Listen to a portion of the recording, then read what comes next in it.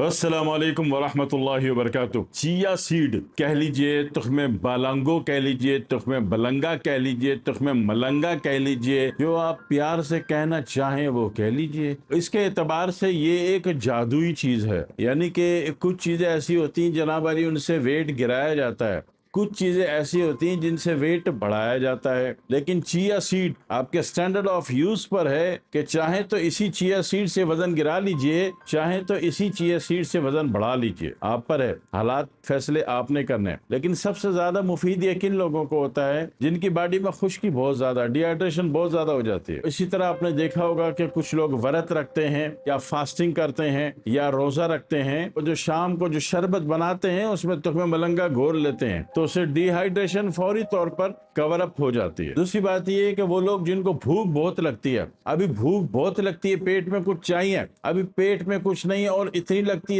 ہے کہ کھا کے تنگ آ جاتے ہیں کہ یار میں کس عذاب میں پڑ گیا ہوں، پیٹ میں شیطان گھس گیا ہے، کیا ہو گیا ہے۔ ایسی صورت میں اگر آپ چیا سیڈ گھول لیتے ہیں پانی میں، اور 20 منٹ بعد جب وہ پھول جائے، یعنی کہ وہ پانی پی لے، تو اس کو چلا کے پی لیتے ہیں، جو بار بار بھوک لگنے کا مرض ہے اور پیٹ جو بار بار اپنی خالی ہونے کا سگنل آپ کو بھیج رہا ہے، وہ بھیجنا بند کر دے گا۔ تیسری بات یہ ہے کہ سینے میں جلن بہت ہے، معدے میں جلن بہت ہے، پیٹ میں جلن بہت ہے، گردے مثانے میں جلن بہت ہے، پیشاب کی نالی میں، یورینری ٹریکٹ میں UTI انفیکشن ہے، جلن ہے، تکلیف ہے، اذیت میں ہے، تو ان تمام کاموں میں بھی تخم ملنگا آپ نے گولا، ایک گلاس پانی میں حل کیا، 10 منٹ بعد پی گئے، نارمل پانی میں پی گئے۔ ایک سیٹ اپ ہے، اس کے 3 سیٹ اپ ہیں، یہ ایک سیٹ اپ ہو گیا۔ دوسرا سیٹ اپ یہ ہے کہ تخم ملنگا کہہ لیجئے، چیا سیڈ کہہ لیجئے، یہ اگر آپ نے وزن گرانے کے لیے استعمال کرنا ہے تو پھر نہار منہ اور شام 5 بجے اس کا ایک بڑا چمچ ایک گلاس گرم پانی میں حل کیجئے اور ایک لیمو نچوڑیے اور پی جائیے، تو یہ وزن کم کرنے پر آئے گا۔ تو وزن کم کرنے میں اس کا اپنا جادوئی ایفیکٹ کوئی نہیں ہے، اس کے لیے تھوڑی سی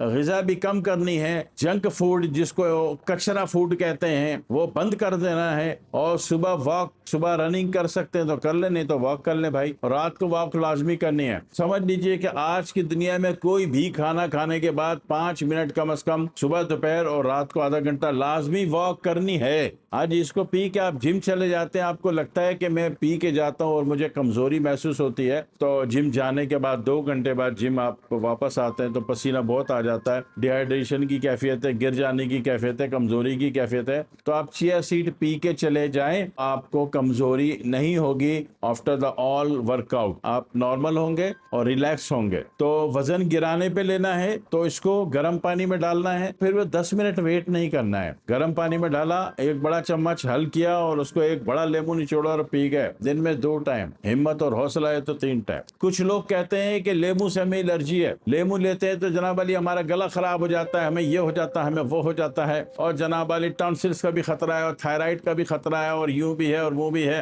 فلانے صاحب نے کہا تم لیمو ہی نہ لو، کائے کو لیمو نہیں لو۔ نبی اکرم صلی اللہ علیہ وآلہ وسلم نے فرمایا تھا جس گھر میں ترنج ہوگا وہاں جنات شیاطین کام نہیں کریں گے۔ ترنج کوئی بھی کھٹا پھل، کھٹے پھل کا سردار کون ہے؟ لیمو، تو لیمو چھوڑ دیں۔ نبی کی بتائی بھی ہر چیز صرف فائدہ دیتی ہے۔ ہماری باڈی کمزور ہے، ویکنس ہے، ہمیں پرابلم ہو رہی ہے تو کوئی بات نہیں، تو پھر ایسا کر لیں گے کہ اگر آپ کے گلے کو الرجی ہے، گلے کا اتنا حصہ کافر ہوا ہے، اس کو لیمو سے پریشانی ہو رہی ہے، تو رات کو سونے سے پہلے 2 گولی ڈسپرین کا غرارہ کر کے سونے کی عادت ڈالنے چند دن، تاکہ گلا ریپیئر ہو جائے۔